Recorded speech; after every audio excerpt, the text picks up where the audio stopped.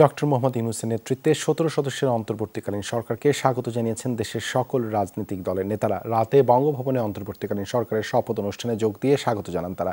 দেশের চলমান অস্থিতিশীল পরিস্থিতি কাটিয়ে নতুন নেতৃত্বে দেশ আবারও ঘুরিয়ে দাঁড়ানোর প্রত্যয় ব্যক্ত করেন তারা। গঠিত হলো ডক্টর মোহাম্মদ ইউনূসের নেতৃত্বে ১৭ সদস্যের অন্তর্বর্তীকালীন সরকার। রাতে বঙ্গভবনে তাদের শপথ গ্রহণ অনুষ্ঠানে অন্যান্যদের মধ্যে উপস্থিত ছিলেন বিভিন্ন রাজনৈতিক দলের নেতারা। এ সময় ডক্টর ইউনূসের নেতৃত্বে গঠিত অন্তর্বর্তীকালীন সরকারকে স্বাগত জানান বিভিন্ন দলের নেতারা। আমি আশা করি উনি আমাদের বাংলাদেশটাকে আরো সুন্দরভাবে এগিয়ে নিয়ে যাবে। আর তার সাথে যে ছাত্ররা জীবন দিয়ে গেল, ওদের আমি মাগফিরাত কামনা করছি। আর যারা অসুস্থ তারা যাতে আল্লাহর কাছে দোয়া করব যাতে তারা খুব শীঘ্রই ভালো হয়ে আমাদের মাঝে ফিরে আসুক।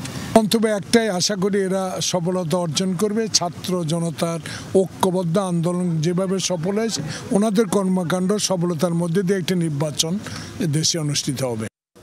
রাজনীতিবিদরা আশাবাদ ব্যক্ত করেন দেশের চলমান পরিস্থিতি কাটিয়ে নতুন নেতৃত্বে দেশ আবারও ঘুরে দাঁড়াবে। মানুষের প্রত্যাশা প্রথম হচ্ছে যে আজকে অন্তর্বর্তীকালীন সরকার শপথ গ্রহণ করবার পরে তাদের প্রথম দায়িত্ব হবে দেশে এখন যে নৈরাজ্য চলছে অনতিবিলম্বে সেই নৈরাজ্য বন্ধ করা। সাংবিধানিক, রাজনৈতিক এবং গণতান্ত্রিক অধিকার যাতে প্রত্যেকটি মানুষ সমানভাবে ভোগ করতে পারে, ভবিষ্যতে যাতে বাংলাদেশের গণতান্ত্রিক প্রক্রিয়া কেউ বাধাগ্রস্ত সৃষ্টি করতে না পারে, প্রাতিষ্ঠানিক সেই পরিবর্তনগুলো করতে হবে। এখন এই সরকারকে আমাদের সবারই দায়িত্ব, সবাই মিলে এই সরকারের পাশে দাঁড়ানো এবং আমাদের এই কাঙ্ক্ষিত লক্ষ্যে পৌঁছানো। শপথ অনুষ্ঠানে অন্যান্যদের মধ্যে সামরিক বেসামরিক কর্মকর্তা ও কূটনৈতিকরা উপস্থিত ছিলেন।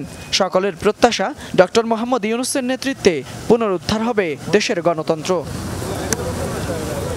ফয়সাল মাহমুদ, যমুনা নিউজ, ঢাকা।